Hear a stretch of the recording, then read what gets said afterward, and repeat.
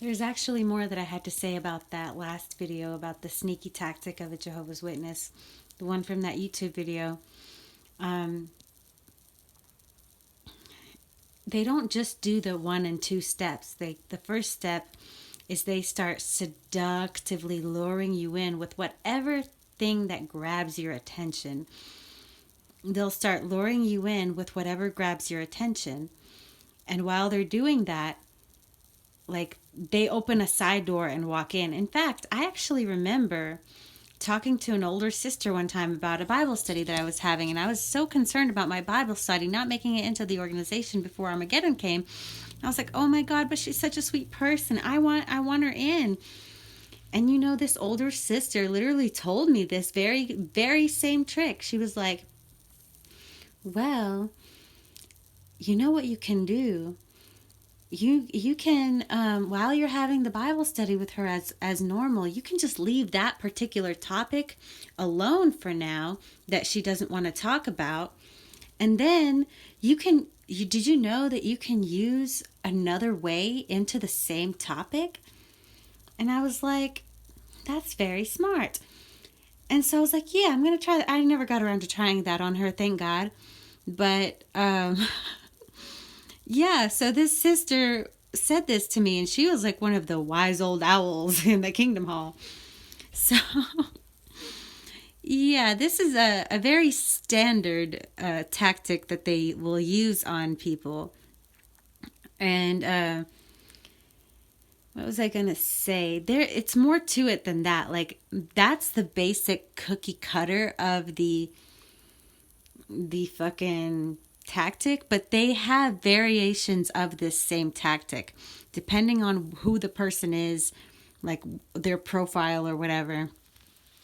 Um, they'll use that tactic while they're luring you in. Then they'll attempt to use a side door. If the side door works and it doesn't scare you, then they're cool. If the side door opens and they walk in and it scares the crap out of you, they start distracting you like, "Oh, but remember what I just told you here. Remember what I just told you here."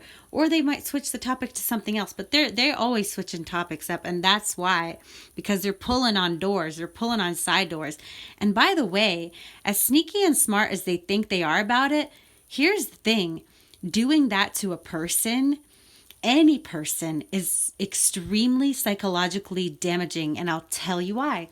Because like that thing that the Apostle Thomas, I really don't care about the apostles, like, but they probably were mystics, and maybe they were Roman, maybe they were Greek, maybe the Romans stole literature from the Greek. What the hell do I know?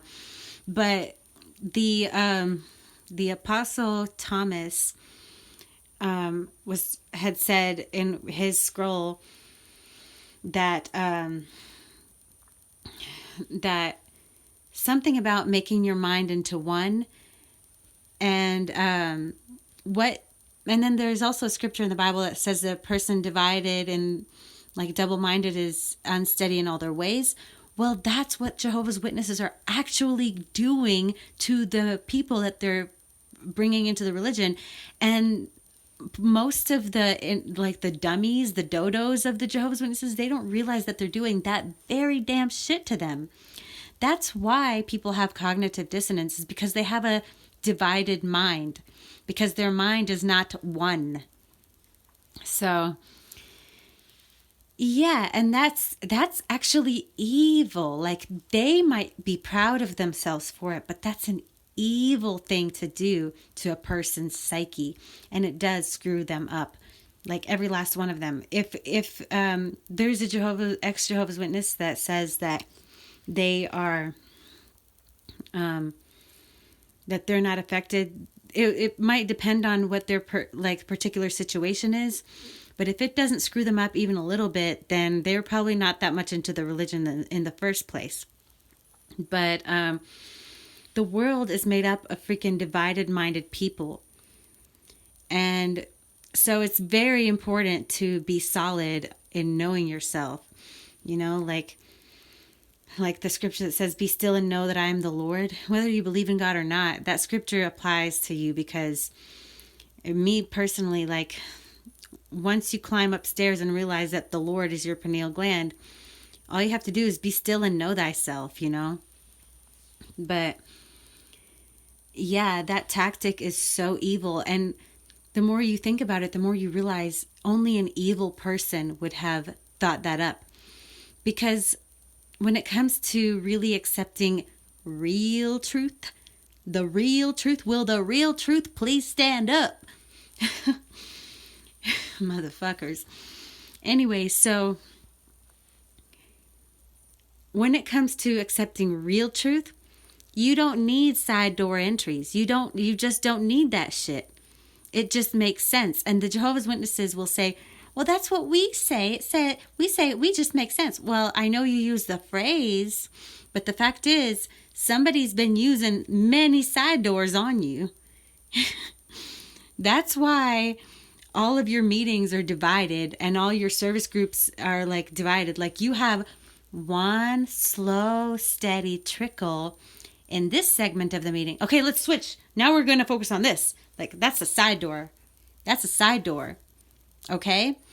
And here's what I would propose for Jehovah's Witnesses to do. The next time you're in a meeting and like a 5-minute and a 5-minute talk ends and like a 10-minute or 30-minute or whatever begins, you may not believe that's a side door entry, but just take a moment and consider the two topics and the outlines. Take those two outlines and put them side by side and say to yourself, how does this agree? How does it disagree? And you have to just really look at it in a very unapologetically critical way. Because you're supposed to test it out, aren't you? Test it out. Go and test it out.